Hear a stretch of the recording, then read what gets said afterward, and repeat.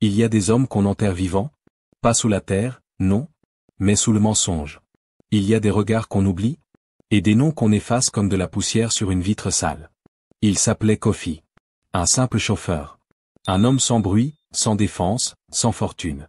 Un jour, une femme riche a crié son nom avec la haine d'une tempête. Et le monde a écouté, sans poser de questions. 5 années. 5 années de silence, de honte, d'oubli. Mais aujourd'hui, il revient. Non pour se venger. Mais pour marcher droit dans un monde qu'il a plié. Voici l'histoire d'un homme qu'on a brisé, mais qui n'a jamais lâché son honneur. Le retour du silence, une histoire vraie pour tous ceux qu'on n'a jamais écoutés. Le vent d'or et de mensonges. Dans la ville d'Abidjan, là où les palmiers saluent les toits des villas comme des serviteurs obéissants, se cache une vérité que peu de gens osent nommer. Les plus belles maisons sont parfois les tombeaux des plus grandes douleurs. Cocody, quartier des puissants, brillait chaque soir comme un bijou sous le soleil couchant. Les rues étaient lavées à l'eau de parfum, les chiens avaient des colliers plus chers que les bagues des villageoises. Là vivait Madame Loukou, l'épouse du milliardaire Félix Loukou. Les femmes la jalousaient. Les hommes baissaient les yeux quand elle passait, non pas par pudeur, mais par peur de se perdre dans son regard de reine serpent. Madame Loukou ne parlait jamais fort, mais sa voix sifflait comme le vent chaud qui précède les mauvaises nouvelles. Elle avait un chauffeur. Un homme simple, sans passé apparent, sans bruit. Il s'appelait Kofi. Grand, la peau foncée comme la terre après la pluie, les gestes toujours mesurés, les yeux toujours baissés. Certains disaient qu'il avait été soldat, d'autres qu'il sortait d'un monastère. Mais Kofi ne disait rien. Il conduisait. Il nettoyait le véhicule comme on lave un mort. Il ouvrait la porte avec une révérence digne d'un prince. Il regardait la route, jamais les gens. Kofi, c'était l'homme qu'on oublie dans une photo, mais qui tient l'appareil. Et c'est peut-être pour ça qu'il dérangeait. Un soir d'orage, alors que la ville était étouffée par une chaleur lourde, Madame Loukou rentra seule. Son mari était à Dubaï. La villa brillait, vide, pleine de statues d'ivoire et de silence tendu. Kofi ouvrit la portière comme d'habitude. Elle descendit, rouge de colère, ou de fièvre. Peut-être des deux. Elle entra sans un mot. Quelques minutes plus tard, un cri fendit la maison comme une machette fend un fruit mûr. Les gardes accoururent. Le majordome trébucha dans les escaliers. Les lumières s'allumèrent une à une. Et là, dans le salon, Madame Loukou, robe déchirée, yeux en feu, haletante, pointa le doigt vers Kofi qui venait d'entrer, alerté par le tumulte. Il m'a agressé, hurla-t-elle. Il a essayé de... Le mot ne sortit pas. Mais le poison était déjà dans l'air. Le silence fut plus lourd que le cri. Kofi ne bougea pas. Il regarda la femme, puis les hommes autour de lui. Madame, pourquoi, murmura-t-il. Mais ces mots tombèrent comme des feuilles mortes. Déjà, les gardes se jetaient sur lui, le plaquaient au sol, lui attachaient les mains. Dans sa chute, il pensa seulement à une chose, c'est fini. Le lendemain, le nom de Kofi fit la une des journaux. Le chauffeur violeur arrêté où la justice des puissants s'impose encore. Il n'y eut pas de procès. Juste un transfert discret. Le milliardaire, furieux, exigea l'emprisonnement immédiat. On dit qu'il voulait éviter le scandale. Mais personne ne posa la question la plus simple. Pourquoi un homme aussi discret, aussi digne, ferait-il cela? Parce que, dans ce monde, quand un riche parle, la vérité se tait. Et quand un pauvre se tait, on croit qu'il avoue. L'homme muet. La prison d'Abidjan, tout le monde la connaît, mais personne ne veut la connaître. C'est un ventre de béton qui avale les hommes comme des noyés sans nom. Les cris y rebondissent sur les murs sans jamais sortir. Et les rêves? Ils pourrissent dans les matelas, entre la sueur et le mépris. C'est là que Kofi fut envoyé, sans cérémonie. Sans appel. Comme un colis perdu dans le système. Les policiers l'appelèrent le violeur silencieux. Les matons ne le regardaient même pas. Comme s'il avait cessé d'être un homme. On lui jeta un seau, une paillasse, et un numéro. Son nom n'avait plus d'importance. Mais lui, dans son cœur, continuait à s'appeler Kofi, fils de Yao, enfant du Nord, forgé dans la poussière et le silence. Les autres détenus l'observèrent. Il n'était ni voyou, ni politicien, ni sorcier. Il ne pleurait pas. Il ne parlait pas. Il s'asseyait, le dos droit, comme un arbre debout au milieu d'un champ de ruines. Les jours passaient. Les saisons mouraient, mais lui restait pareil. Pas une plainte. Pas une colère. Un jour, un vieux prisonnier nommé Bamba vint s'asseoir à côté de lui. « Eh, frère? Tu parles pas? T'es quoi? Un marabout? Un fou ?» Kofi leva les yeux.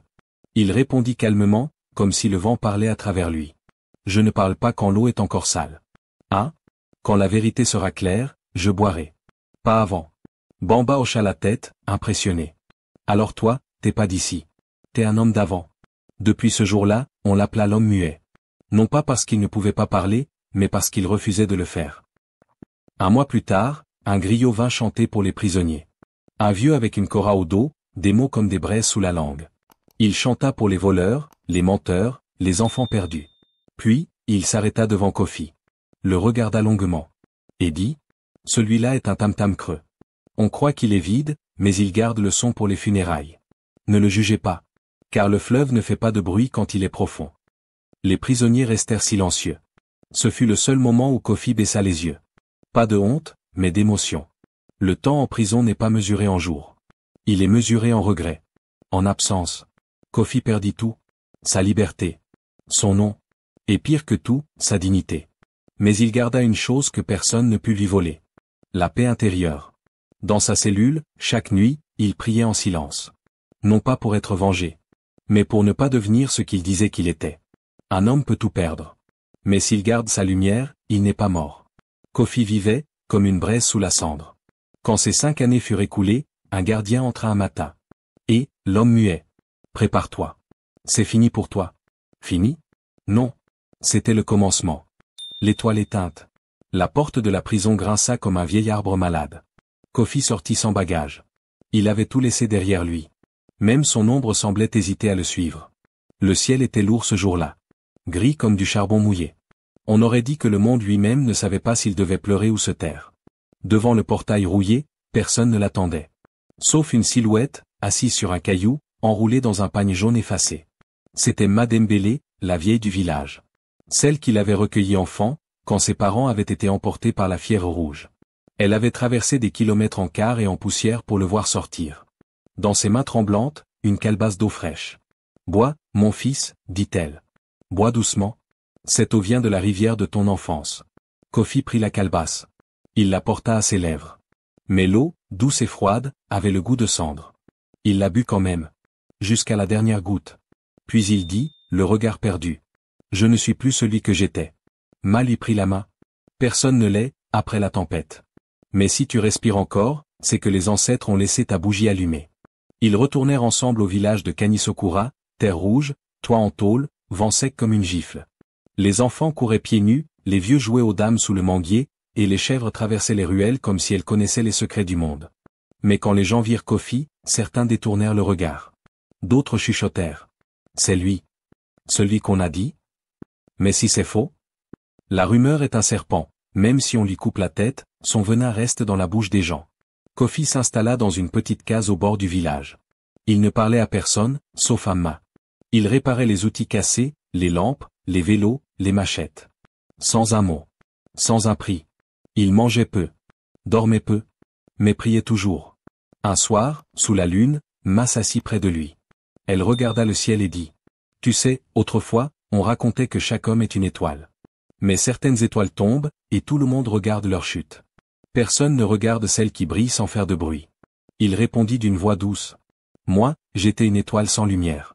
J'ai disparu. » Elle posa sa main sur son épaule. « Non. Tu as été volé. Mais l'étoile, même volée, reste une étoile. Il suffit d'un souffle du vent juste pour qu'elle rebrille. » Le lendemain, il alla s'asseoir sous le baobab du village. Il resta là toute la journée, sans parler, à regarder les enfants jouer, les femmes puiser de l'eau, les anciens jouer au wari. Un enfant s'approcha et lui tendit un fruit. « Tiens, monsieur. C'est pour toi. Maman dit que t'étais pas un mauvais. » Kofi prit le fruit. Le cœur serré. Ce petit geste valait 1000 pardons. Et là, il comprit que même si les murs de la prison étaient loin derrière lui, le vrai combat ne faisait que commencer. Le lion est mort. Le soleil s'était couché sans bruit ce soir-là. Dans le village, les tambours étaient muets, et même les coqs semblaient avoir oublié de chanter. Kofi, comme chaque nuit, était assis devant sa case, une calebasse de mil entre les mains, les yeux perdus dans la lune. C'est elle seule qui semblait encore lui parler. Mais ce soir-là, ce ne fut pas la lune qui lui adressa une parole. Ce fut le vent. Un vent chargé de rumeurs. De murmures venus d'Abidjan, qui traversaient les forêts, les routes rouges, les villages endormis. Et la rumeur disait ceci. Félix Loukou est mort. Le roi des affaires, le lion de la finance, le puissant parmi les puissants, s'était éteint dans son sommeil. Dans son lit en acajou, entre ses draps importés d'Italie, il avait posé la tête et n'avait plus rouvert les yeux. Certains disaient crise cardiaque. D'autres murmuraient empoisonnement. Mais la vérité, Elle était simple, même les lions meurent. La nouvelle arriva jusqu'à Kofi par la bouche d'un marchand venu du sud. Tu n'as pas entendu? Le grand loukou est parti. Fini. Abidjan est en deuil. Même la télévision a mis sa photo avec des tambours tristes. C'est un monument qui s'est couché. Kofi ne répondit pas. Il resta longtemps immobile. Puis il se leva. Lentement. Il entra dans sa case, prit un tissu blanc, le noua autour de sa taille, et sortit marcher, seul, dans la nuit. Le lendemain matin, les anciens du village virent Kofi assis devant le petit autel des ancêtres. Il ne priait pas. Il parlait. D'une voix basse, profonde, grave. Père, mère, vous qui veillez, l'homme qui m'a brisé sans me regarder est parti. Que son âme trouve la vérité là où les mensonges ne peuvent plus le suivre. Puis il se tut. Longtemps. Un vieillard s'approcha de lui. Tu vas faire quoi, Kofi? Maintenant que le vent a tourné. Kofi regarda le vieux. Et répondit. Quand l'arbre qui t'a frappé meurt, tu ne frappes pas son bois. Tu plantes une graine ailleurs. Mais en lui, quelque chose avait bougé. Un tambour qu'il croyait brisé recommençait à vibrer. La mort de Félix Loukou n'était pas une joie. Ce n'était pas une vengeance. C'était une ouverture. Une brèche dans le mur de l'oubli. Car si le lion est mort, alors la lionne est seule. Et dans la solitude, la vérité a parfois le courage de sortir de sa cachette. 3 jours plus tard, Kofi se leva à l'aube. Il attacha ses sandales, prépara un petit sac, salua Madembélé, et dit « Je retourne à Abidjan. Mais pas pour me venger. Je vais reconstruire ce que j'étais, avec mes mains. » Ma lui tendit un sachet. Des haricots secs. Et du sel. Pour le courage et la mémoire. Puis elle le serra longuement contre elle. Reste droit, mon fils. Car même quand les vents tournent, l'homme qui reste debout dans la tempête, c'est lui que les ancêtres bénissent. Et c'est ainsi que Kofi, l'homme muet, l'étoile éteinte, prit la route de la grande ville. Non comme un revenant, mais comme un passeur de silence, prêt à reprendre sa place. Même si le monde l'avait oublié. Le retour du silence. Abidjan. La ville grondait toujours. Ses klaxons, ses marchés, ses moteurs et ses palabres n'avaient rien perdu de leur ardeur. Les buildings continuaient à pousser comme des herbes dans un champ d'orgueil. Mais pour Kofi, chaque coin de rue portait une mémoire. Une blessure. Un nom. Un regard évité. Il marcha lentement, comme si ses pieds avaient besoin de réapprendre les chemins d'autrefois. Il ne retourna pas à Cocody. Non. Il alla à Yopougon, le quartier des vivants, là où le béton transpire, mais où le cœur bat fort. Avec ses quelques économies, il loua un petit terrain près d'un carrefour poussiéreux. Là, entre 2 containers rouillés, il installa un abri de tôle, une bâche usée, quelques outils. Il planta une pancarte écrite à la craie. Réparation Kofi. Il n'ajouta rien de plus. Pas de docteur mécanique. Pas de promesse. Juste un nom. Un nom qu'on avait voulu effacer. Qu'il ramenait en silence. Au début, les gens passaient sans s'arrêter. Ils le regardaient avec méfiance. Un grand homme maigre, au visage dur, au regard calme. Trop calme. On disait qu'il était bizarre. Un vieux dit même. Ce genre-là, c'est les hommes qu'on ne peut pas casser. Et ça fait peur. Mais un jour, une femme vint avec son vieux scooter. Le moteur toussait comme un vieillard malade. C'est combien pour réparer? Donne ce que ton cœur te dit, répondit Kofi. Elle le regarda de travers, mais elle laissa son engin. Le lendemain, le scooter ronronnait comme un chat. Elle dit. Toi, tu ne parles pas beaucoup, mais tu fais bien ton travail. Elle revint. Avec une voisine. Puis un cousin. Puis un commerçant. Puis un étudiant. En quelques semaines, le petit abri devint un lieu. Un refuge. Un carrefour. Les jeunes du quartier vinrent le voir. Vieux Kofi, tu peux nous apprendre à démonter un moteur? Il hocha la tête. Et dans ce garage sans enseigne, une école naquit. Pas une école de lettres. Une école de main. Une école de valeurs. De silence. De discipline. Il leur disait parfois. La clé qui ouvre un moteur, c'est la même qui ferme la bouche d'un homme. Quand tu ne comprends pas, écoute. Quand tu as mal, respire. Et les jeunes écoutaient. Ils ne savaient pas encore son histoire. Mais ils savaient qui il était. Un matin, un vieil homme s'arrêta. Il le fixa longuement. Toi, on t'a vu à la télé, non? Avant, il y a longtemps. Kofi releva les yeux. Le silence se fit. Oui, murmura-t-il. C'était une autre vie. Le vieux s'inclina légèrement. Tu as survécu au mensonge. C'est que tu es plus fort que la rumeur. Puis il partit, sans un mot de plus. Un soir, alors que Kofi rangeait ses outils, un gamin du quartier lui demanda. Pourquoi tu souris jamais, vieux Kofi? Il répondit sans s'arrêter. Parce que le sourire, c'est comme une pièce d'or. Tu dois savoir à qui tu le donnes. L'enfant, curieux, insista. Et c'est quand que tu vas le donner? Kofi regarda l'horizon. Le soleil descendait lentement derrière les toits rouillés, dorant la poussière et les antennes paraboliques. Quand quelqu'un viendra me dire la vérité. Et dans son cœur, il le sentait. La vérité marchait vers lui. À pas lents, mais sûr. Elle portait peut-être un nom. Un visage. Une voix. Mais elle viendrait. Et lui, il serait là. Silencieux. Mais debout. L'enfant de la vérité. Ce jour-là, le soleil brillait, mais l'air avait un goût d'orage.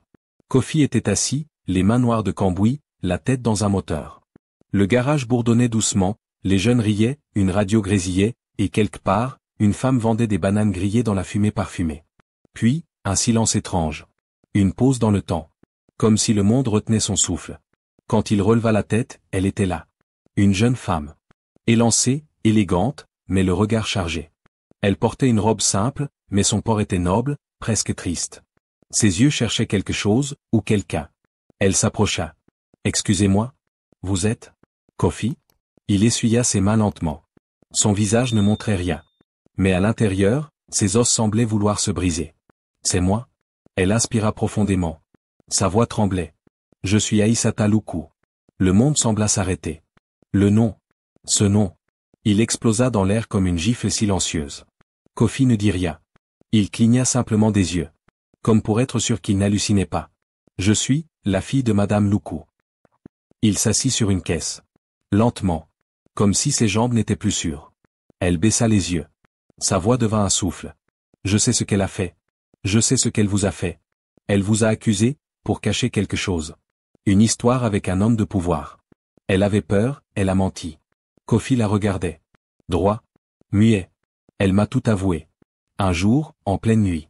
Elle pleurait, elle tremblait. Et maintenant, elle ne va pas bien. Elle parle seule. Elle ne quitte plus sa chambre. Elle dit que les esprits la suivent. Qu'elle vous voit partout. Un long silence s'installa. Plus lourd que tout. Kofi demanda enfin. « Pourquoi viens-tu me dire ça maintenant ?» Elle leva les yeux. Remplie de tristesse, mais pas de peur.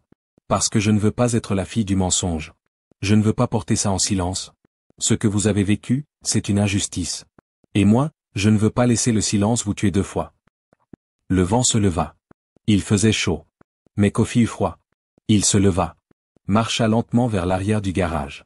Elle le suivit. Il s'arrêta sous un manguier. Quand on m'a mis en prison, dit-il, je n'ai pas pleuré.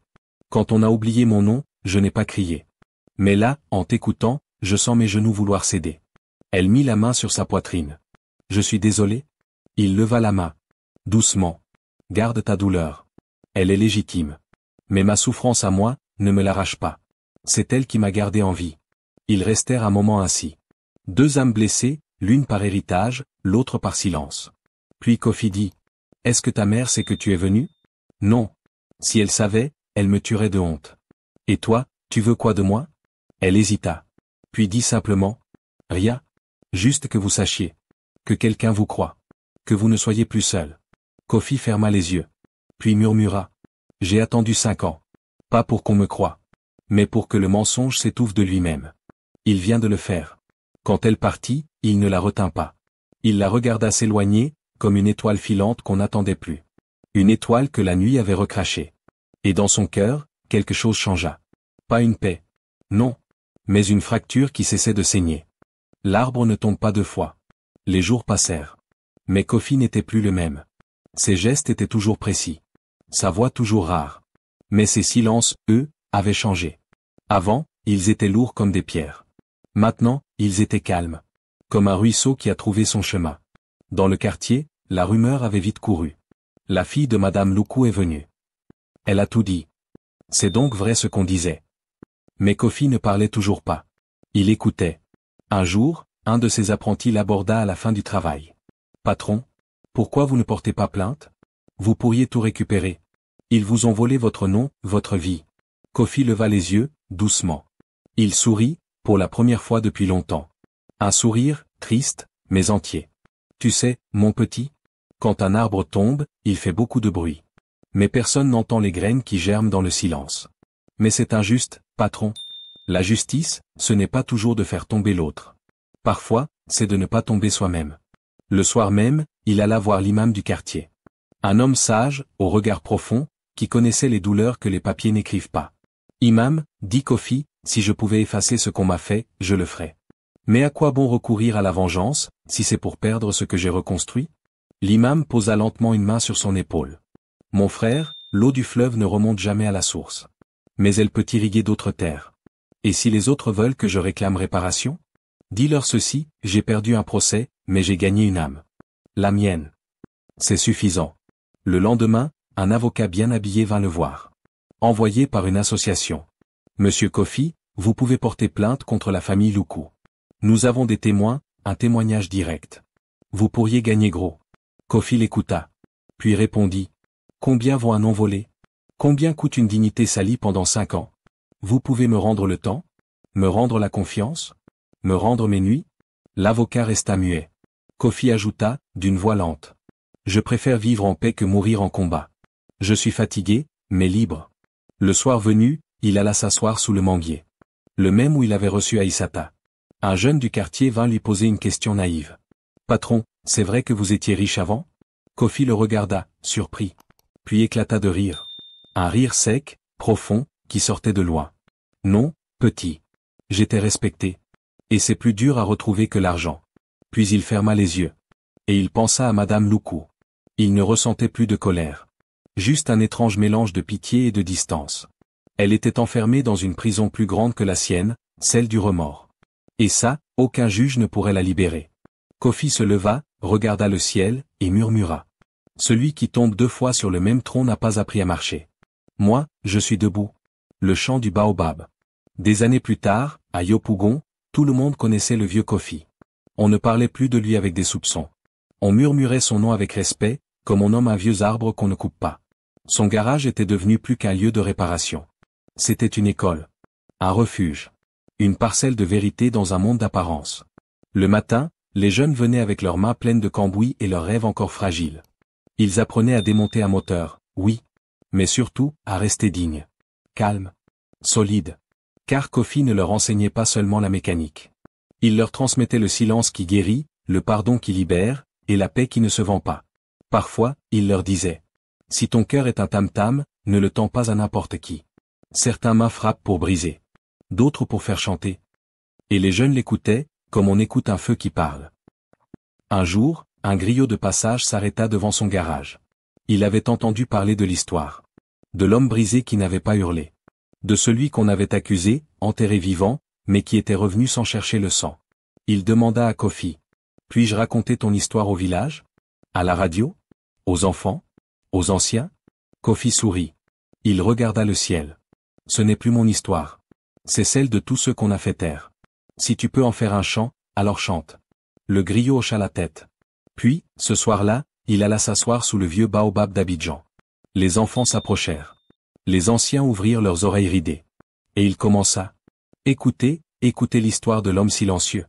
Que l'injustice a broyé, mais que le vent n'a pas balayé. Accusé par la bouche d'une femme de pouvoir. Il fut enterré vivant dans un cachot noir. Mais il revint. Non avec la haine. Mais avec la dignité de ceux qui ont vu la nuit, et qui choisissent encore la lumière. Ce soir-là, même les arbres semblaient écouter.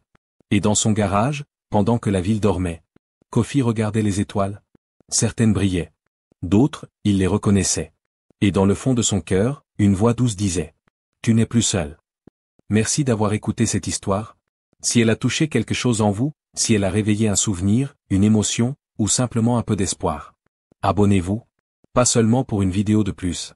Mais pour continuer ensemble ce voyage à travers des récits oubliés, des vérités humaines, et des silences qui parlent plus fort que les mots.